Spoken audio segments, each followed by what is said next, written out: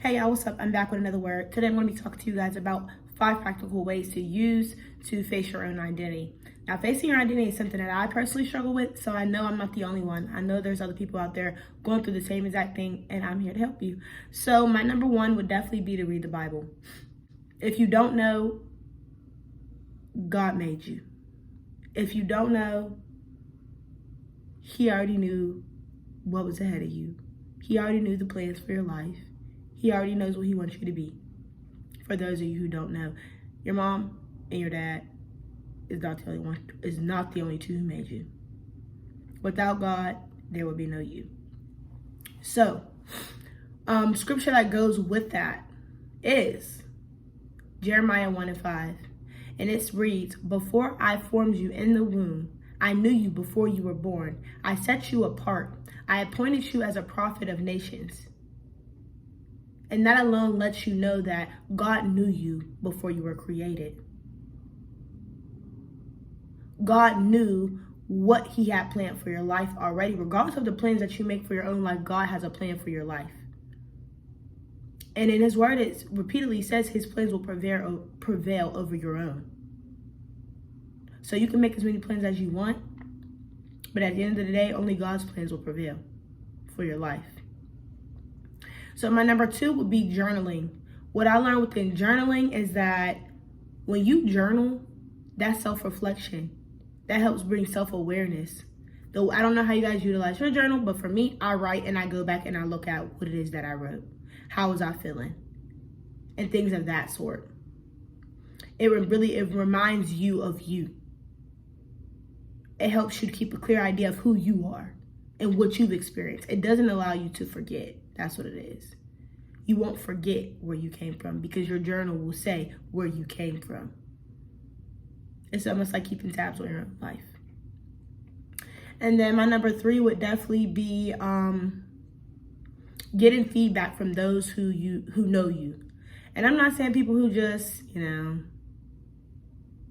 it's here and there, in and out of your life. No, I'm talking about people who know you, who've seen you mad, who've seen you sad, who've seen you anxious, who've seen you angry, who've seen you broken. People who actually know you, not the view that you have put on for other people to believe you are, the actual you.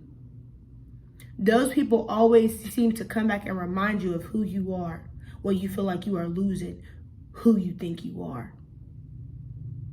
When you are in a place of feeling like, I don't know who I am, I don't know what happened, or you went through something that was very traumatic for yourself, go back to the people who know you. They won't allow you to forget who you are. It's such a big key to have people in your life who actually know the real you, who you can actually be vulnerable and be yourself with, because those people will be the people that will help you and pick you back up when you are down in a dark hole. Those are the people who remind you that not only are you not seeing yourself of how you used to be, but they see you in a way that can help you heal. They're seeing you in a way that can remind you that, hey, Tashelle, you went through this and you overcame that. You're bigger than that. You're better than that.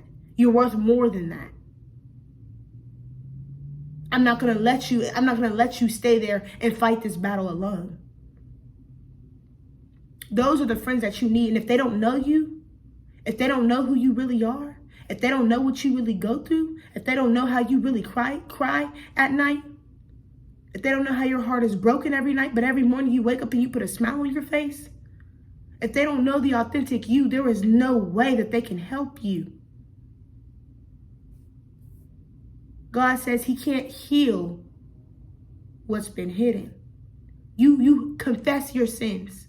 You have to talk about what you've been through in order to help the next person. Your pain ain't just for you, boo.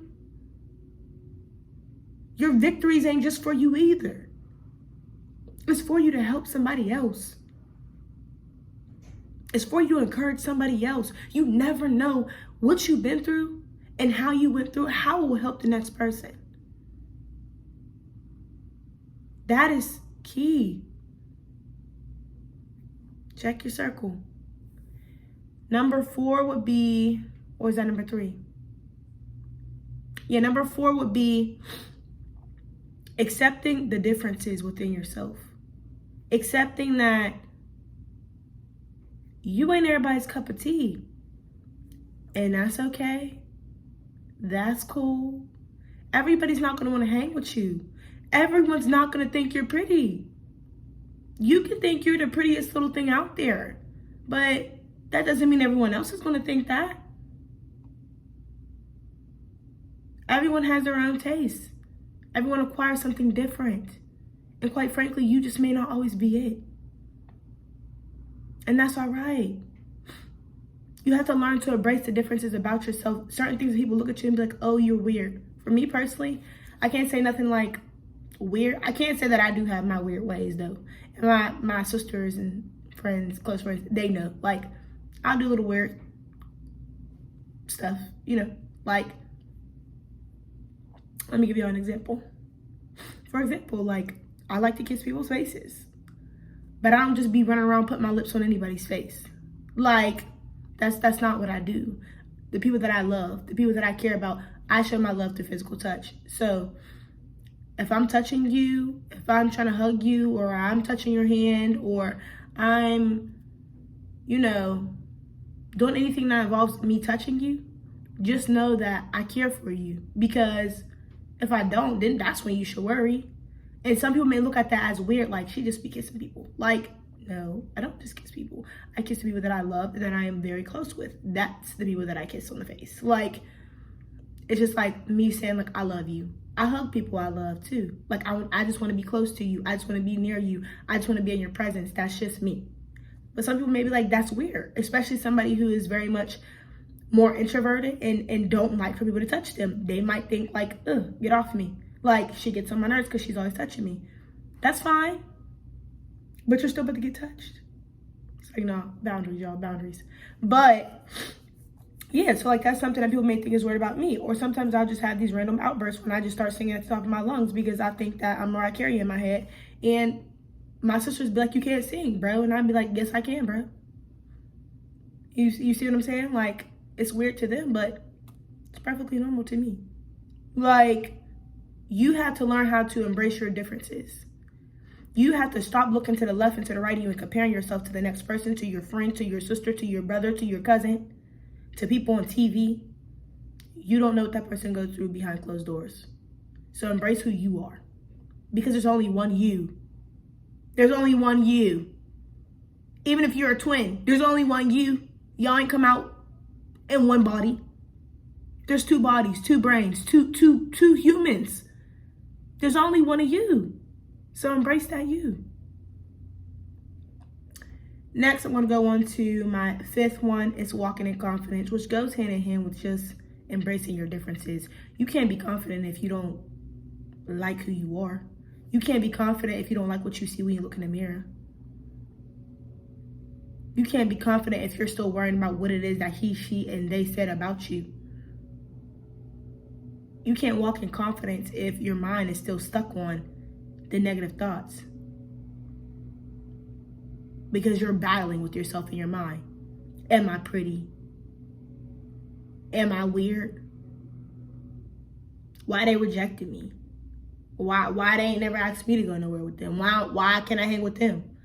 Why they told me I can't be in their picture? Why they told me I can't be in their video? Quit worried about what everybody think about you. Quit worried about what everybody think about you.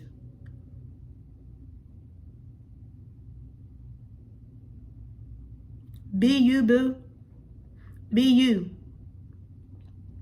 Another word that always comes to my mind as well is Genesis 1:27. And it reads, so God created mankind in his own image of God. He created them male and female. Letting you know that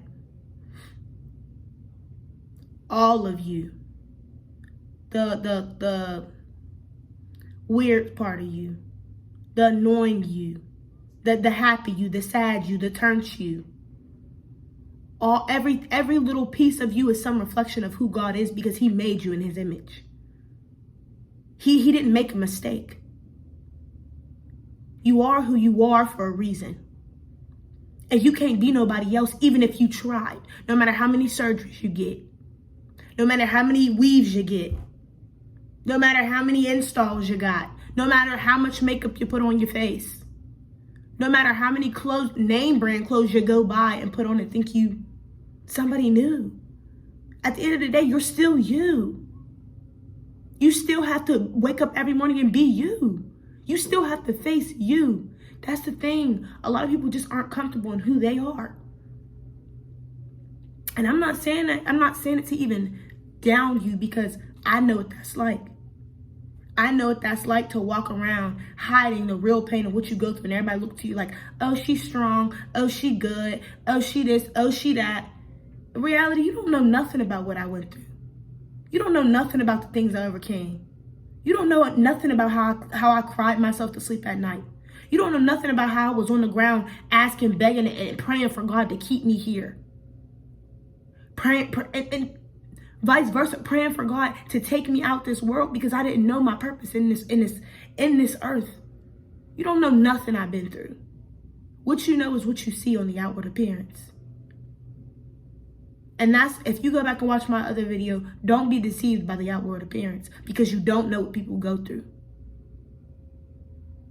You don't know the person's story until they decide to tell you their story, if they're even confident enough to tell you their story.